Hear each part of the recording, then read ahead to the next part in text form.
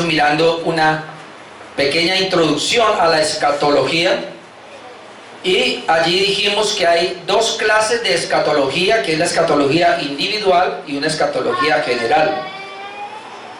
Estamos viendo la escatología individual, comenzamos a mirarla hace 8 días, tiene que ver individual o personal, ya que tiene que ver con la muerte, con el estado intermedio y la glorificación, y eso es lo que estamos tratando de mirar. Hace 8 días comenzamos a hablar de la muerte física, y veíamos que hay una conexión, la muerte física, entre el pecado y la muerte, es decir, la muerte vino como consecuencia del pecado. Veamos que Cristo vino al mundo para conquistar y destruir la muerte, pero lo hizo de una manera inicial, pero lo va a terminar obviamente en su segunda venida. Veamos también allí características de la muerte, y por lo menos 3 cosas de las características. La muerte no es castigo para los creyentes, sino la muerte se va a dar hasta el tiempo de la glorificación, es decir, hasta que nuestros cuerpos dejen de ser pecadores, vamos a experimentar la muerte, pero no es un castigo, antes es una bendición, es una victoria, porque nos encontraremos en la eternidad después de morir. La muerte es el resultado final de vivir en un mundo caído, por eso, aunque somos salvos, hermanos, tenemos la vida eterna, pero por estar en un mundo caído, una condición caída, pecaminosa, por eso vamos a experimentar la muerte. Y veíamos en tercer lugar cómo Dios usa la experiencia de la muerte para completar nuestra santificación, y de hecho pudiera decir que usa la experiencia de la muerte en algunas personas para que vengan al Señor. Ahora, la muerte, hermanos, es algo que acontece a todo mundo, pero la muerte es algo que lamentablemente no se espera. En estos días Colombia conmocionado con lo que le pasó a Miguel Uribe con el atentado, no se esperaba eso. Luego hubo 2 meses donde tampoco se esperaba la muerte, pero llegó. Así que la muerte siempre va a llegar en cualquier momento y cuando menos se espera. Siempre se cree que la muerte es para las personas que tienen ya cierta edad, pero no. Sabemos que aún desde el vientre de una madre está la muerte hasta una persona de más de 100 años. Así que en todos esos niveles está la muerte. En tercer lugar, hermanos, y lo toco hoy, es la inmortalidad del alma. Vamos a hablar del tema de la inmortalidad del alma antes de hablar del estado intermedio, es decir, dentro de 8 días con la ayuda del Señor miraremos el estado intermedio, tan pronto una persona muera, ¿a dónde va?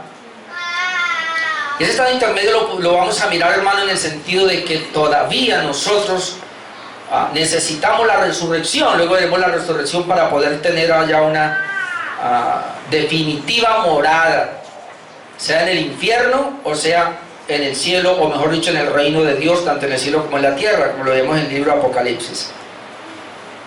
La inmortalidad del alma es un tema muy difícil, y por eso tenemos teólogos que tienen diferentes tendencias, pero vamos a tratar de ver qué nos dice la palabra de Dios. Y obviamente la pregunta de Job, hermanos, todo el mundo, todas las personas en la historia de la humanidad la han tenido, y me refiero a Job capítulo 14. Vamos a mirar Job 14, 1, 2, y luego saltamos al 14. Job 14, 1, 2 dice: el hombre nacido de mujer, corto de días y hastiado de sinsabores. Eso es. Sale como una flor y es cortado, hablando de la brevedad de la vida, y huye como la sombra y no permanece. Versículo 14, Job 14, 14. Si el hombre muriere, ¿volverá a vivir? Esa es la gran pregunta que se ha hecho toda la humanidad. Si el hombre muriere, obvio, ya vimos que va a morir. La pregunta es, ¿volverá a vivir? Y de ahí surgen entonces muchas conjeturas, obviamente. Voy a comenzar a manera de introducción leyendo la postura de estos teólogos. El teólogo Luis Berkhoff dijo lo siguiente: la muerte necesariamente envuelve y tiene como resultado la descomposición del cuerpo. Señala el fin de nuestra vida presente y el término del cuerpo natural. Eso es la muerte. Pero ahora el problema es, ¿qué pasa con el alma? ¿Trae la muerte física el fin del alma o continúa esta existiendo y viviendo después de la muerte? Siempre ha sido la convicción firme de la Iglesia de Jesucristo que el alma continuará viviendo aún después de su separación del cuerpo. Y antes de seguir con el otro comentarista, uno se queda preguntando, y yo me hice muchas preguntas, no tengo la respuesta, en el sentido de que si el alma es inmortal, el alma es eterna, o el alma tuvo un inicio, en este caso cuando Dios hace al hombre. Ahora, ¿muere el alma cuando el hombre muere? Eso es lo que vamos a tratar de mostrar por la palabra, porque sabemos que el cuerpo sí muere. De hecho, dijimos hace 8 días que la muerte es la separación. En el caso del hombre con Dios, la muerte espiritual es porque el hombre está separado de Dios. ¿Cuándo el hombre viene a tener vida espiritual? Cuando el hombre vuelva a juntarse con Dios. Y eso solamente es a través de Jesucristo. No hay otra manera. Las personas pueden tener religión, pueden tener doctrina, pueden tener creencia, pueden ser pastores, pueden tener todos los títulos que quiera, pero si él no es regenerado, él no tiene la vida de Dios en su corazón. Él está muerto espiritualmente. Así que por eso es muy importante la vida espiritual. Todos nacimos muertos espiritualmente, es decir, separados de Dios. Solamente la fe en Jesucristo, la fe en el Evangelio y la fe en la obra de Cristo nos da la vida para ahora poder tener nosotros la vida con Dios y nos garantiza la vida eterna, la vida espiritual. Pero eso no implica que no vamos a morir físicamente, como lo vemos hace 8 días, y la muerte física implica la separación. ¿Separación de qué? Del cuerpo y del alma, o espíritu. Mejor dicho, cuerpo, espíritu, alma. Porque nosotros creemos, como dice la Biblia, que el hombre está compuesto de 2. Tiene 2 composiciones. Polvo de la tierra, que es la carne o el cuerpo, y el soplo de Dios, que es el alma y el espíritu. Alma, espíritu se puede llamar. No creemos que el hombre sea tripartito, cuerpo, alma, espíritu, como normalmente la gente lo dice. Nosotros creemos que el hombre es cuerpo, espíritu, alma, es decir, 2 composiciones no más. El espíritu que habla la Biblia y el alma que habla la Biblia es la misma cosa. Entonces la gran pregunta es, ¿se separa, que le llamamos 8 días la muerte, se separa el ser humano, usted, cuando muere, yo cuando muera, me separo, mi cuerpo se separa, entra en una putrefacción, hay que enterrarlo, se descompone, pero el alma, ¿qué pasa con esa alma? ¿Queda viva? Otro escritor llamado Anthony Hockeman, que enfatiza la diferencia de lo que se cree en cuanto a la inmortalidad del alma, dado que se tiene cierta confusión, en este caso, con la filosofía, sobre todo desde Platón para acá, y Platón fue uno de los que más habló de la inmortalidad del alma, pero él lo habló de una manera diferente. Él lo hablaba en el sentido de que el alma es eterna, es inmortal, pero que el alma está presa en un cuerpo, haciendo la diferencia entre el cuerpo y el alma, y que tan pronto la persona muere, prácticamente el alma se libera, pero así no es, hermano. Y por eso me gusta lo que dice Hockeman acá, porque él da a entender, y él nos va a hablar de una unidad, hermano. Nosotros como seres humanos somos una unidad. La vida de nosotros es porque tenemos un cuerpo y un alma. Nosotros no podemos, en este caso, hacer esa separación. Él dice lo siguiente: según las Escrituras, el cuerpo no es menos real que el alma, como sí lo dice la filosofía. Por lo menos algunos filósofos, dice, Dios creó al hombre en su totalidad, cuerpo y alma en unidad. Hermano, el hombre es cuerpo y alma. Así que nosotros no podemos vivir sin el alma. Nuestro cuerpo necesita el alma y nuestra alma necesita el cuerpo, porque así nos hizo Dios. Y por eso somos seres humanos. Nosotros no nos hizo como ángeles o seres sin cuerpo. El ser humano necesita, por eso después miraremos la resurrección. Sigue diciendo Hockeman acá, tampoco es el cuerpo inferior al alma y no esencial para la existencia verdadera del hombre. Si así fuese, la segunda persona de la Trinidad nunca podría haber asumido una naturaleza genuinamente humana con un cuerpo genuinamente humano. En el pensamiento bíblico, el cuerpo no es una tumba para el alma, sino un templo del Espíritu Santo. O sea que el cuerpo es valioso, mi amado hermano. El hombre no está completo sin el cuerpo. En consecuencia, la futura bienaventuranza del creyente no es simplemente la existencia continua de su alma, sino que incluye en su aspecto más rico la resurrección de su cuerpo. Esa resurrección será para los creyentes una transición a la gloria en la cual nuestros cuerpos vendrán a ser semejantes al cuerpo glorioso de Cristo. Me gustó y por eso lo traigo, porque eso es lo que vamos a mirar. Usted no va a encontrar en la Biblia la inmortalidad del alma, como tal no encuentra, pero sí va a encontrar el concepto, sí va a encontrar la doctrina acerca de que el alma es eterna o que es inmortal. Y otra vez, cuando hablamos de inmortalidad, y ahora lo voy a aclarar, no quiere decir de que siempre ha existido. Y eso es lo que vamos a mirar, con relación al alma, obviamente.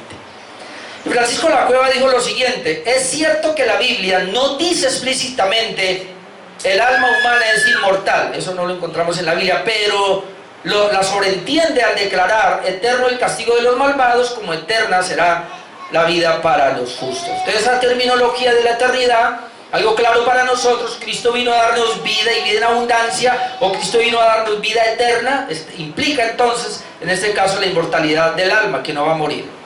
Así que en el estudio de hoy, hermanos, la inmortalidad del alma, tengo 3 puntos. Primero, miraremos significado de inmortalidad. Número 2, miraremos la inmortalidad del alma en el Antiguo Testamento y la inmortalidad del alma en el Nuevo Testamento como tercer punto. Vamos entonces con el primer punto. Significado de inmortalidad. El término inmortalidad tiene varios sentidos, y en el sentido más estricto, absoluto y único, solo se refiere a Dios. Es decir, Dios es el único inmortal. Entonces, eso lo dice la Biblia. Vamos a mirar en 1 Timoteo 6. Voy a leer desde el 13 para que podamos entender mejor.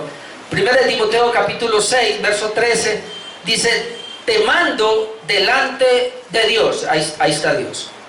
Te mando, le dice el apóstol Pablo a Timoteo, te mando delante de Dios, que da vida a todas las cosas, y de Jesucristo, que dio testimonio de la buena profesión delante de Poncio Pilato, que le manda que guarde el mandamiento sin mácula ni reprensión hasta la aparición de nuestro Señor Jesucristo, la cual a su tiempo, y entonces aquí vuelve a hablar de Dios, te manda delante de Dios, aunque mete a Jesucristo hasta la aparición de Jesucristo, dice, la cual a su tiempo mostrará el bienaventurado y solo soberano, Rey de reyes y Señor de señores.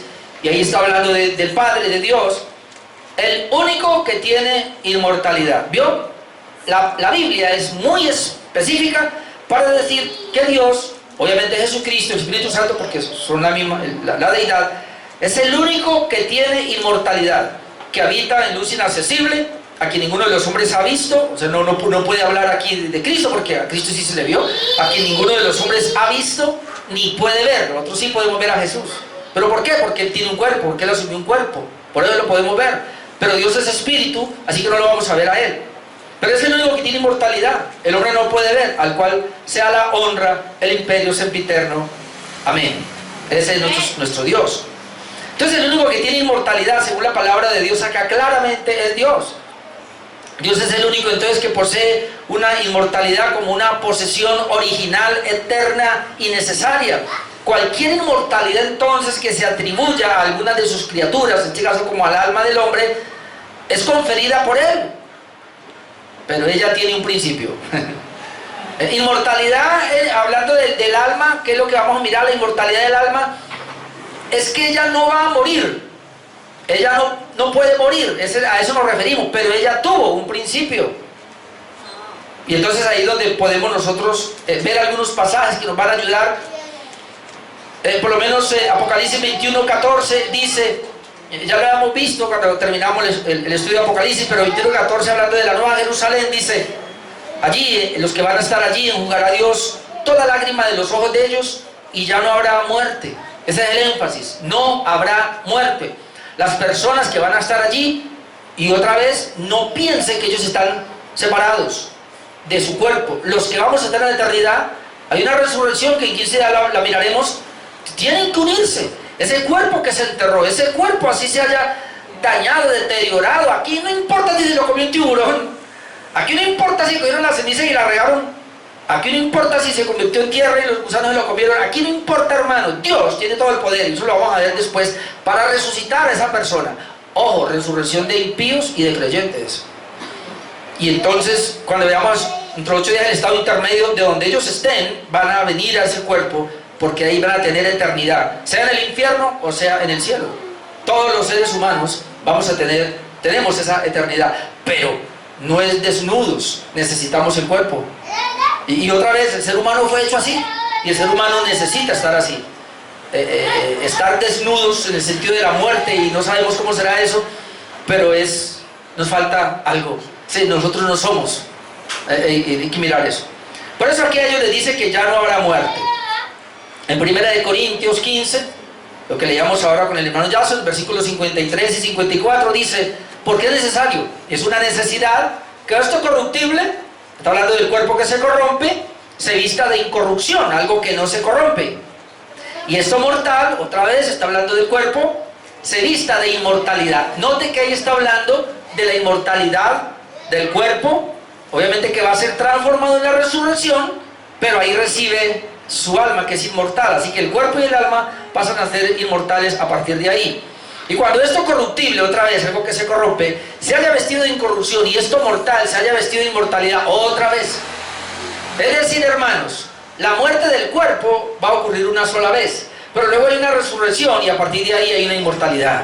Ya no hay más muerte, y eso es lo que está diciendo aquí Dios por medio del apóstol Pablo. En 2 Corintios 1, 9 al 10, y esto me llamó la atención otra vez, muy interesante. Dice: ¿quién nos salvó? Y aquí está hablando de Dios otra vez. ¿Cómo fue que Él nos salvó? Está hablando de la iglesia. Y llamó con llamamiento santo. ¿Cómo fue que nos salvó? No conforme a nuestras obras. Nosotros lo tenemos muy claro acá, por eso creemos solo la gracia. No conforme a nuestras obras, sino según el propósito suyo y la gracia que nos fue dado en Cristo Jesús antes de los siglos de los tiempos.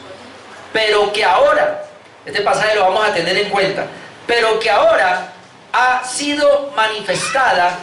¿Cómo fue manifestada esa gracia? Por la aparición de nuestro Salvador Jesucristo. Note lo que dice aquí: el cual quitó la muerte y sacó a luz la vida y la inmortalidad por el Evangelio.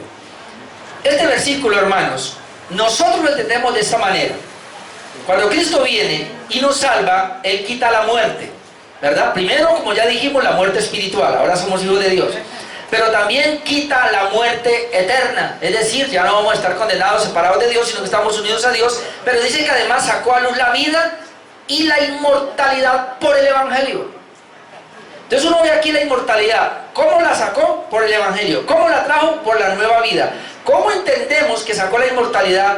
Por medio del Evangelio, porque creímos en el Señor Jesús, porque nos dio vida eterna. Pero este texto lo malinterpretan tanto los adventistas como los testigos de Jehová, para hablar de la aniquilación de las almas de los impíos.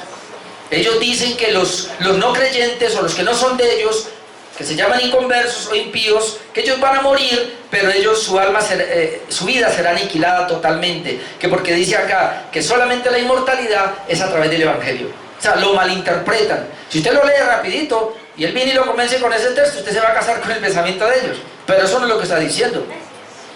La inmortalidad la sacó por medio del Evangelio, en el sentido que se requería que Jesús viniera, porque nosotros tenemos una muerte.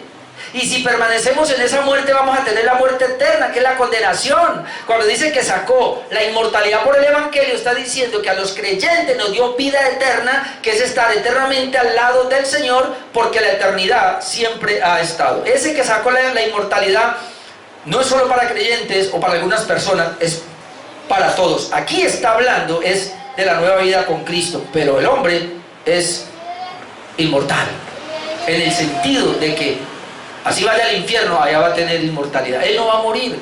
Yo le mostraba en Apocalipsis muchos pasajes que dice que cuando el Señor venía y la ira de Dios se manifestaba, que decían, buscaban la muerte y le decían a las peñas, cae sobre nosotros. Pero dice que no. El mismo Apocalipsis dice que la muerte huía, la muerte huye de ellos. O sea, eso se llama inmortalidad.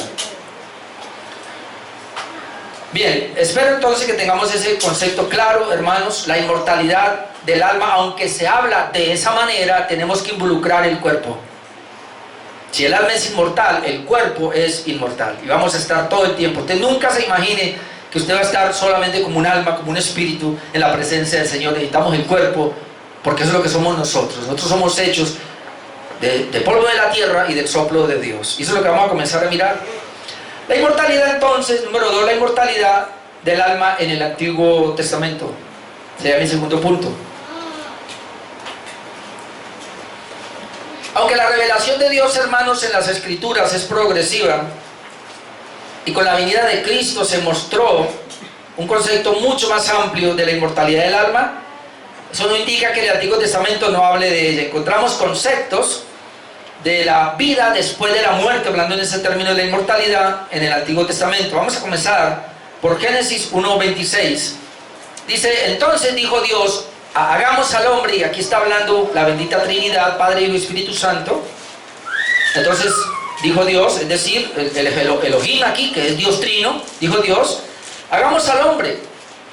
¿Cómo? A nuestra imagen, conforme a nuestra semejanza y señoree. Ahora, se cree, y yo creo que parte, o por lo menos el hecho de que podamos tener una inmortalidad en el alma, se refiere a que fuimos creados conforme a imagen de Dios y a la semejanza de Él. Él es eterno, Él es el único que tiene inmortalidad, pero por habernos hecho imagen y semejanza de Él, Él puso en nosotros esa inmortalidad.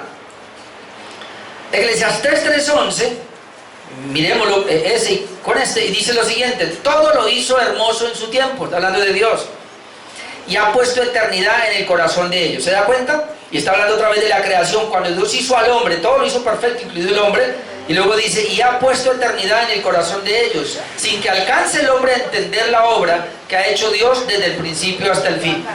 Entonces, por lo menos estos pasajes nos dan a entender que la eternidad Dios la puso en el mismo momento que crea al ser humano. Ahora, la doctrina del Sheol, aunque esto lo ampliamos, vamos a ampliarlo, creo que entre 8 días que vamos a hablar del lugar de los muertos, pero la doctrina del Sheol encontrada en el Antiguo Testamento nos habla de la inmortalidad. Y Sheol o Seol, como quiera mencionarlo, es el lugar de los muertos. En hebreo, en griego es Hades, que lo miraremos entre 8 días. Pero es el lugar donde iban los muertos. Entonces vamos a mirar el Salmo 16, 8 y 10. Ya usted fácilmente lo aplica a Jesucristo, pero espérese, vamos a aplicarlo primero, como estamos viendo los lunes con los hermanos, a los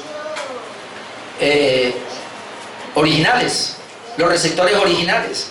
Salmo 16, 8, 10, el salmista dijo lo siguiente: a Jehová he puesto siempre delante de mí, porque está a mi diestra, es decir, Dios está conmigo, a mi diestra, que es el poder.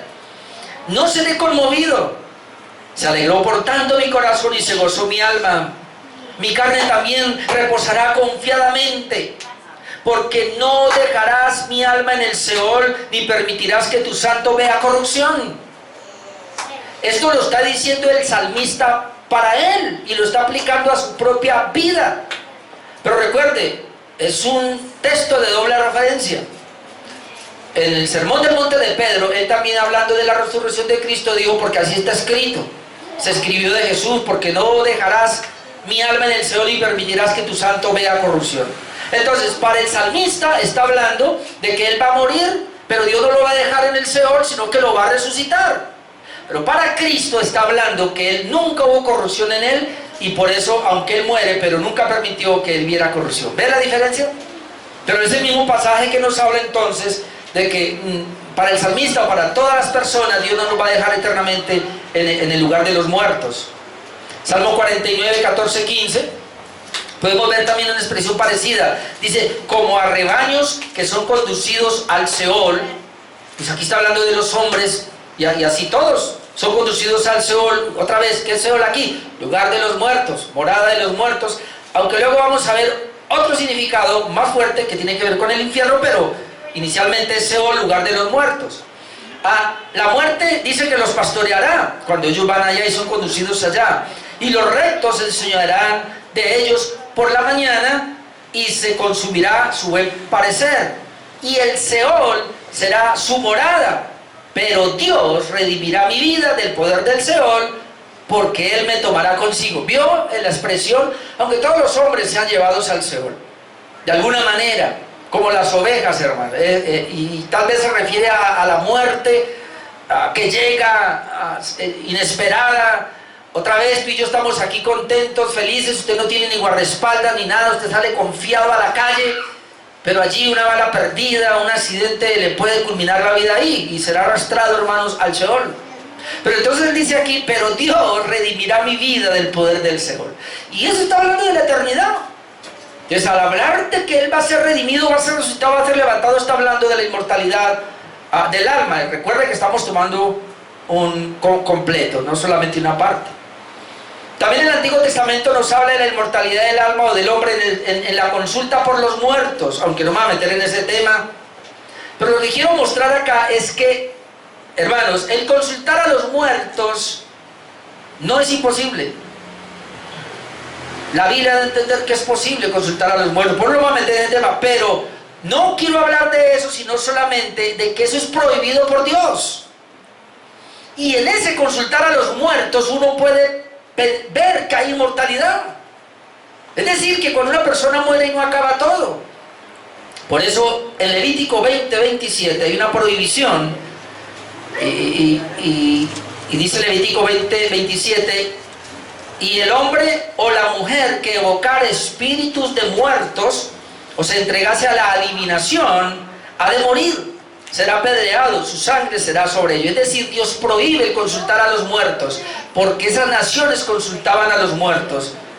Y si consultaban a los muertos, otra vez no es imposible que se tenga comunión con Él. Y le va a decir, ¿por qué? Yo sé que esto es bien difícil, pero leamos Deuteronomio 18, 9 al 12. En Deuteronomio 18, 9 al 12, cuando entres a la tierra que Jehová tu Dios te da, le está hablando Israel, no aprenderás a hacer según las abominaciones de aquellas naciones. No haga como hacen ellos. Dice que esto es abominación. No sea hallado en ti quien haga pasar a su hijo o a su hija por el fuego, ni quien practique adivinación, ni agorero, ni sortílego, ni hechicero, ni encantador, ni adivino, ni mago, y no de acá, ni quien consulte a los muertos. La gente consultaba a los muertos, la gente siempre ha consultado a los muertos, sigue consultando a los muertos.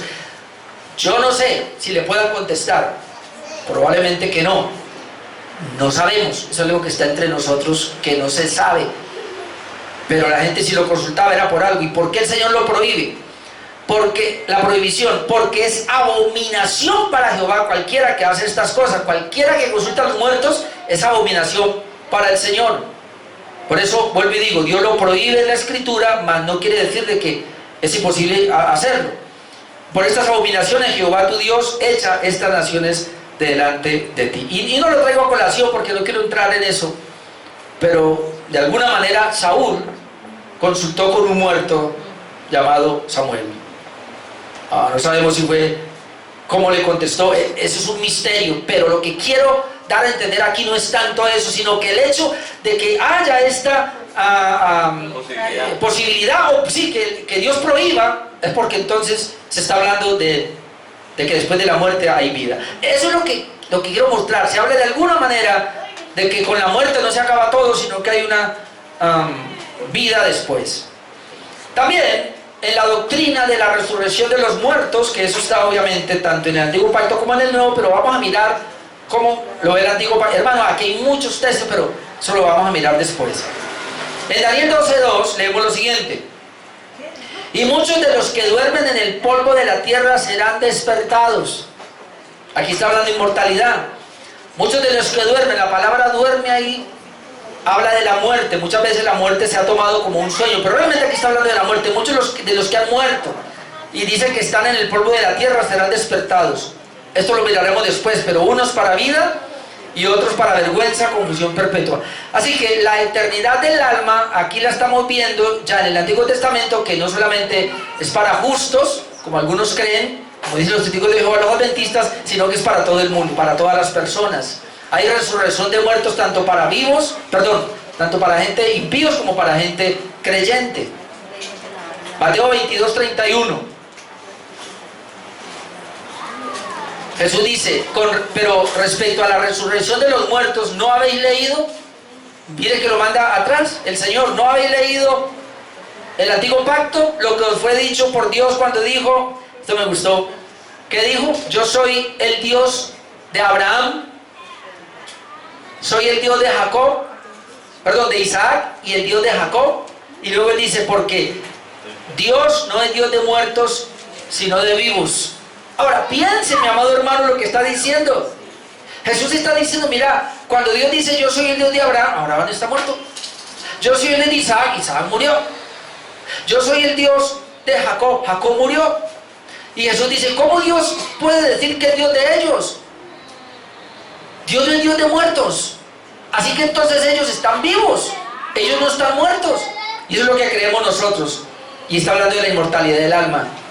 No sé, hermanos, según lo que entendemos nosotros, bíblicamente, lo vemos en la Biblia, mas no las mediciones que hay ahora, y no entro en eso tampoco. El mundo tiene 6.000 años, o el hombre tiene 6.000 años. Pero aún así, pensando nosotros, desde el primero que murió hasta los que están muriendo ahora, y hay una separación del cuerpo y del alma, pero dice que ellos están vivos. Su alma está viva, es decir, su alma tiene inmortalidad. Ahora no se siente con eso que Jesús dijo. Un día para el Señor pueden ser 1000 años. Así que nosotros estamos, como ya hemos dicho aquí hasta la saciedad, nosotros estamos limitados por el tiempo. Dios no. Allá no hay reloj en el cielo. La eternidad no sabemos cómo es. Un día pueden ser 1000 años para el Señor. Así que Adán murió hace 6 días. Y va a resucitar en cualquier momento. Así que Él no está de su cuerpo alejado por mucho tiempo. Y no nos imaginemos eso. Dentro de los días que hablemos del estado intermedio, vamos a ver que los que mueren sin Cristo van a estar sufriendo. Imagínense, el alma va a estar sufriendo sin su cuerpo, pero los que estemos con el Señor, los que hayan muerto en Cristo, van a estar gozando sin su cuerpo, pero eso es gozo. Es temporero, porque va a llegar el momento de la unión para un sufrimiento total y una dicha total. Eso es otros 8 días. Pero quería mostrar eso. El Antiguo Testamento habla entonces del alma, de la inmortalidad del alma. Otro punto, y este me gusta mucho, es el gozo de encontrarse con Dios después de la muerte, y la Biblia lo habla de esa manera. Job 19, 25 al 27, uno de los textos, hermanos, que más se usa, y sobre todo cuando alguien muere, porque se habla de que hay un gozo de encontrarse con Dios después de la muerte.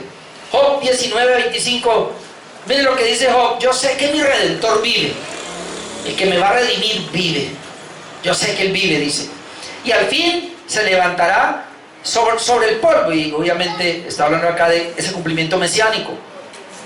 Y luego dice: y después de deshecha está mi piel. ¿De qué está hablando? De la muerte. Después de deshecha está mi piel. Note lo que dice: en mi carne he de ver a Dios. Ese en mi carne he de ver a Dios está hablando de la resurrección.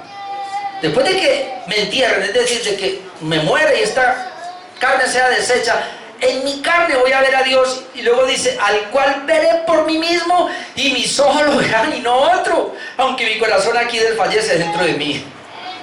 Hermano, tanto el antiguo pacto como el nuevo pacto tienen una dicha de que cuando uno muere aquí, y lo vemos hace 8 días, inmediatamente parte para estar con Dios y ver a Dios. Pero hay una dicha más grande, que es en la resurrección, cuando nuestros cuerpos sean resucitados y nuestras almas se metan dentro de ese cuerpo otra vez, y seamos ahora sí lo que somos, y veamos cara a cara a Dios.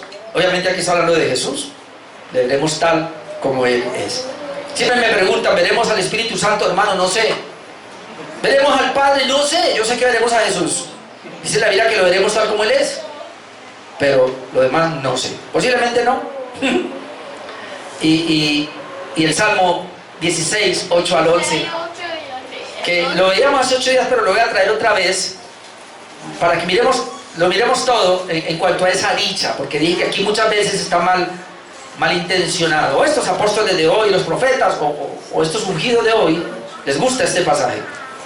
Dice el Salmo 16, 8, otra vez un pasaje que es mesiánico, pero apliquémoslo primero al salmista y luego lo pasamos al mesiánico. Dice Salmo 16, 8, voy a leerlo todo otra vez. A Jehová he puesto siempre delante de mí, porque está a mi diestra, no será conmovido. Se alegró por tanto mi corazón, y se gozó mi alma, mi carne también reposará confiadamente. porque no dejará mi alma en el Seol, ni permitirá que tu santo vea corrupción. El 11. Me mostrarás la senda de la vida. Aquí está hablando de un muerto, que ahora ese muerto le va a mostrar la senda de la vida. Luego dice, en tu presencia hay plenitud de gozo. Y luego dice, delicias a tu diestra para siempre. ¿Quién está hablando acá? Un muerto. Por eso dije que hoy día lo malinterpretan. Yo lo malinterpreté porque así me lo enseñaron. Oh hermano, aquí está Dios porque en su presencia hay plenitud de gozo. Cosas en el Señor porque en la presencia del Señor hay plenitud de gozo. Y nos usan ese versículo. Pero ese versículo está hablando del salmista, que está hablando de la experiencia de su muerte. No dejará su alma en el Seol, y luego le va a mostrar la senda de la vida, y entonces llegar a la misma presencia de Dios. Después de muerto llega a la presencia de Dios, ahí hay plenitud de gozo, hay delicias a su diestra. Es aplicado para Cristo, claro. Jesús resucitó y fue lo mismo. Después de que Él resucita, se le da un nombre que es sobre todo nombre. Cuando una persona muere, también puede tomar este salmo, poder aplicarle este salmo a una persona que murió en Cristo y decirle, ese nos dejó aquí su cuerpecito y nos va a tocar deshacernos de él porque comenzó a herer. Pero ese man, esa mujer, ese hermano que murió, nos tomó la delantera y se fue, y está llegando a las delicias del Padre. Se está encontrando con Dios, y en esa presencia hay una plenitud de gozo para él. No quiero decir, hermano, que no lo podamos aplicar en que la presencia de Dios en nosotros hay plenitud de gozo. Claro que lo hay. Hay un gozo impresionante, hermanos. Venir al culto, entrar en la oración, disfrutar de la palabra. Pero este pasaje no lo podemos aplicar para eso. Amén.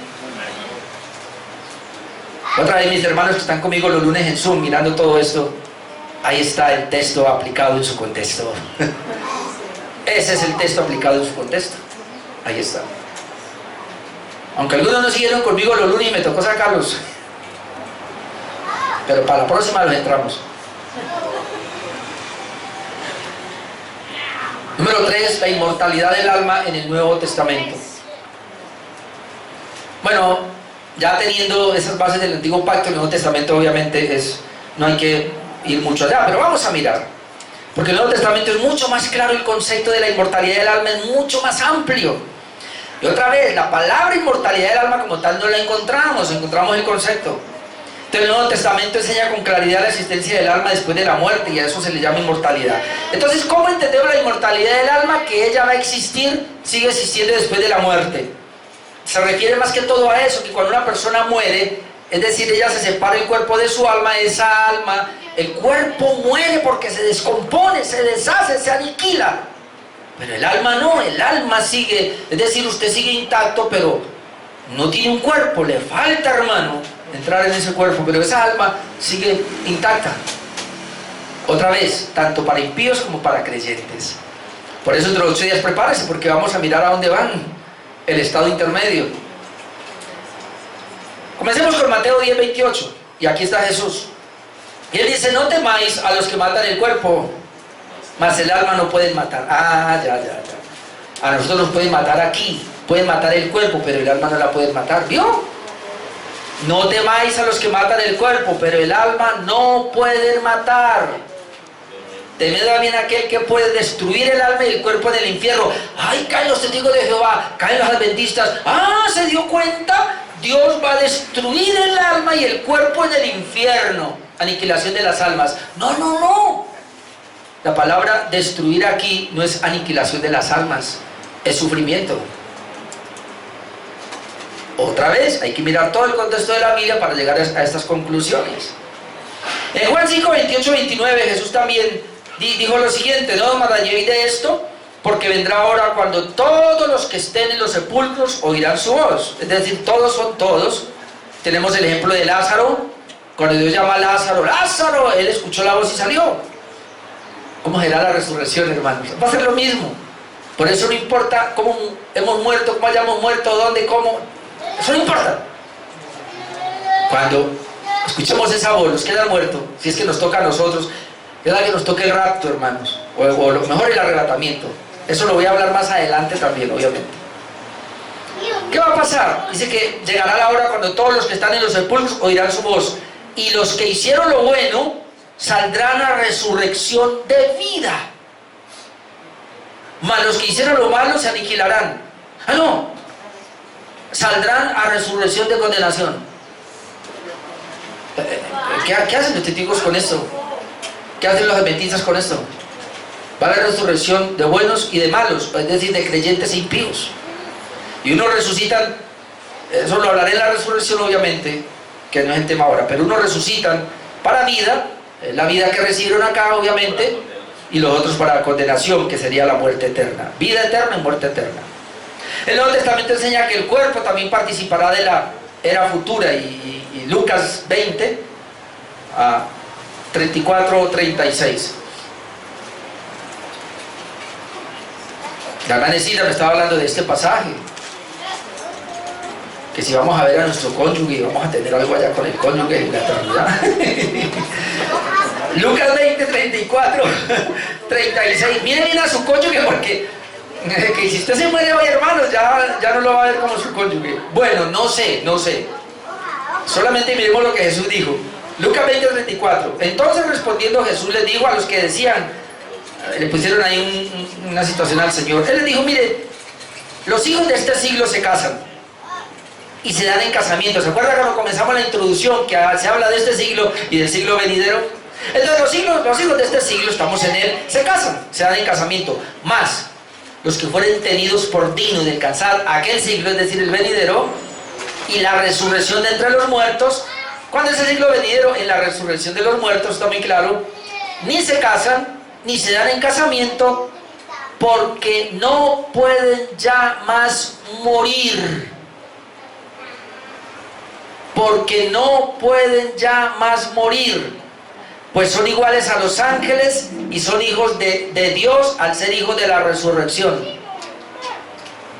El punto acá es que la resurrección es para que ya no haya más muerte, y habla de la inmortalidad entonces del alma, pero también de la inmortalidad del cuerpo, porque está hablando de la resurrección. Hermano, una vez resucitemos, por século seculorum, como dicen por ahí, para siempre, vamos a estar para siempre. Esto es impresionante, hermanos. Obviamente cuando nosotros estamos acostumbrados a tanta muerte, estaba escuchando ayer algo, bueno, dos polos obviamente, pero veía uno donde hablaba que en Colombia en este año han matado a más de 400 líderes sociales, pero por otra parte miraba que este año han matado a más de 7.000 líderes evangélicos en todo el mundo, entre pastores y líderes.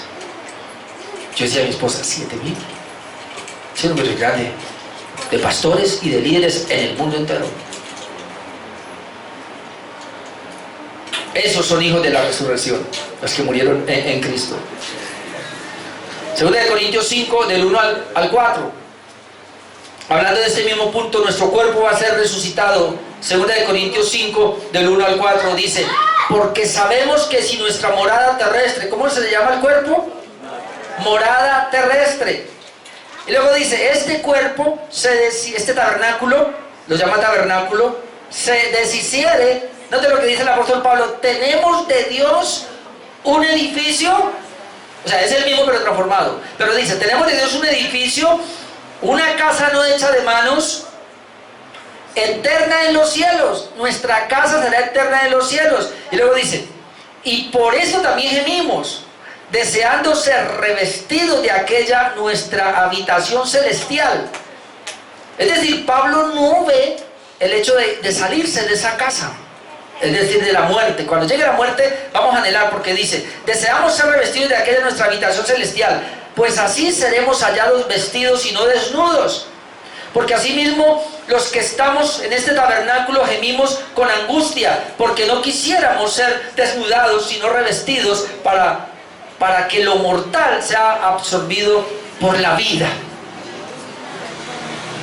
Por eso, hermanos, no queremos morir, porque no queremos nosotros. Es que la muerte no es aniquilación, porque el miedo a la muerte o el temor a la muerte es que dejo de existir, pero estamos hablando de una inmortalidad. El hombre no deja de existir, su cuerpo sí, pero es temporal, hasta la resurrección, su alma sigue viva, y entonces esa es la inmortalidad del alma. Por eso Pablo está diciendo, mira, si yo llego a ser desnudado de esta mi habitación, aún corrupta y pecaminosa, pero usted la ama. Aún corrupta y pecaminosa, pero la queremos. Usted quiere su cuerpo, hermano, así sea feo, pero usted lo quiere. Así le falte algo, pero lo queremos.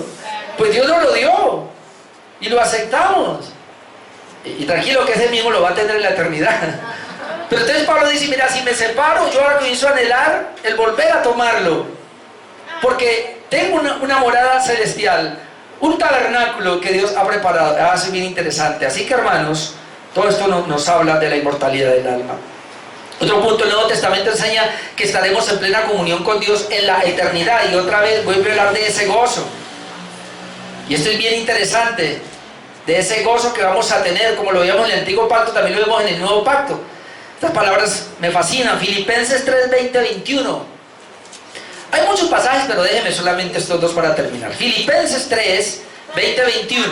Noten, mas nuestra ciudadanía está en los cielos. Nosotros no somos ciudadanos acá, esto es temporero. Nuestra ciudadanía real está en los cielos, de donde también esperamos al Salvador, al Señor Jesucristo, segunda venida, el cual transformará el cuerpo de la humillación nuestra. ¿Cómo llama el cuerpo? La humillación, porque nos humilla. Yo ya entré en la edad del cóndor, con dolor aquí, con dolor allá. Y nos humilla, hermano. Yo ya no puedo hacer lo mismo que hacía antes. Yo ya hago un esfuerzo raro y ya digo ay, ay, ay. Y a mí ya se me están olvidando también las cosas. Me pasa lo de las ancianitas. Y llama a la otra, ¿para dónde es que voy? Voy subiendo, voy bajando la grada, ya ni sé. Este cuerpo nos humilla con todos esos dolores, ay, ay, ay, que ya nos rendimos igual. Pero dice Pablo, el cual transformará el cuerpo de la humillación nuestra, note que habla del cuerpo, para que sea semejante al cuerpo de la gloria suya. Cristo resucitó en un cuerpo glorioso y nosotros vamos a hacer lo mismo, por el poder con el cual puede también sujetar a sí mismo todas las cosas.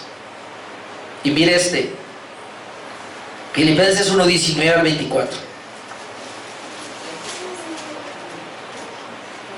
Y tomemos esta palabra para nosotros, para ir terminando, de la inmortalidad del alma, porque esto es muy precioso y ojalá tengamos el mismo espíritu del apóstol Pablo acá. Filipenses 1, 19. Porque sé que por vuestra oración, aquí Pablo está preso en la cárcel, luego dice, porque sé que por vuestra oración y la suministración del Espíritu de Jesucristo, esto resultará en mi liberación. Es decir, ustedes están orando por mí, pero también el Espíritu va a intervenir y es muy posible que yo sea libre, conforme a mi anhelo. Es decir, el anhelo mío es ser libre de estas cadenas y esperanza de que en nada seré avergonzado. Antes bien, con toda confianza, como siempre dice, ahora también será magnificado Cristo en mi cuerpo, o por vida o por muerte. Note lo que Pablo está diciendo. Yo estoy aquí preso y es muy probable que sea libre. Ustedes están orando para que sea libre y creo que seré libre, pero si no soy libre, entonces lo que me espera es la muerte, porque si me tienen preso es para matarme. Me han condenado y me van a llevar a la muerte. Entonces él dice, bueno, ahora también será magnificado Cristo, es decir, Cristo va a ser magnificado, sea en mi cuerpo o por vida o por muerte. Es decir, mi cuerpo tiene que honrar a Cristo, sea que esté vivo o sea que esté muerto. 21. Porque para mí el vivir es Cristo, y como el vivir es Cristo para mí, te lo voy a glorificar o magnificar, y el morir es ganancia. Pero ¿cómo Pablo va a decir que el morir es ganancia? Ahora él aclara: mas si el vivir en la carne resulta para mí en el beneficio de la obra. Note lo que está diciendo: el vivir en la carne resulta en beneficio de la obra, no sé entonces qué escoger. Y ahí donde Pablo entra en una disyuntiva: no sé qué hacer. Yo quiero ser libre de la cárcel para seguir predicando el evangelio, porque el interés de evangelizar es ver vidas viniendo a los pies de Cristo. Esta iglesia está aquí porque queremos ver vidas viniendo a los pies de Cristo, y los que ya vinieron a los pies de Cristo queremos que sigan creciendo en esa vida que tienen por medio de la palabra. Así que él dice: entonces no sé qué escoger, mas si el vivir en la carne resulta para mí en beneficio de la obra, no sé entonces qué escoger, porque de ambas cosas estoy puesto en estrecho, teniendo deseo de partir y estar con Cristo, lo cual es muchísimo mejor, pero quedar en la carne es más necesario a causa de vosotros. ¿Cuál es la disyuntiva de Pablo? ¿Qué le está diciendo acá? Mira, si yo muero porque me van a condenar, pues para mí es muchísimo mejor, porque el cuerpo de la humillación va a descansar, porque entro a la gloria, voy a encontrarme con mi Señor. El morirme es ganancia. Pero tengo otro problema, que amo a mis hermanos, necesitan una palabra, Dios me está usando, tengo una palabra para ellos que Dios me está dando constantemente. Eso se llama la necesidad, un beneficio para la obra. No sé qué hago. Al final la decisión la toma el Señor, pero él como humano estaba en una disyuntiva que no sabía qué hacer. Él dice, si me quedo es solamente por causa de vosotros y es para servir al Señor. ¿Cómo quiero terminar hoy, hermanos? La muerte es un gozo. Si muero, dice, deseo de partir y estar con Cristo, lo cual es muchísimo mejor. Morir, hermanos, es muchísimo mejor, porque vamos a estar con el Señor. Pero quedar en la carne es más necesario por causa de la iglesia, por causa de vosotros. Ojo lo que voy a decir, quedarse en la carne, y sé que aquí hay que corregir muchos conceptos, porque tal vez usted se quiere quedar en la carne por causa de su familia y no de la familia de Dios. Se quiere quedar en la carne porque usted quiere sacar sus proyectos adelante y no los proyectos de Dios. Un verdadero hijo de Dios, hermano, conociendo ya la palabra, conociendo la verdad, sabe que él está aquí porque le es útil a Dios, porque le puede servir al Señor. Y si usted apenas está conociendo, entienda eso. La vida, hermano, verdadera y real en esta tierra es servir a mi Señor, serle útil al Señor. ¿Qué quiere que haga, Señor? Claro, disfruto con mi familia, es una bendición. Disfruto de las bendiciones de la naturaleza, es una bendición. Yo le doy gloria a Dios cuando me monto en mi bicicleta y me voy por las montañas a mirar y ver pajaritos y animales diferentes, y le doy gloria a Dios por su creación. Todo eso es bueno, pero servirle es mejor. Hacer lo que Él dice que hay que hacer es mejor. Y si no, es así. Pasa aquí, yo oro para que el Señor los lleve de una vez a la presencia de Él. Porque es muchísimo mejor ir a estar con el Señor, hermano. ¿Se quiere quedar, verdad? Que se quede por causa de la obra. Amén. Por causa del ministerio, del servicio a nuestro Dios. Oremos.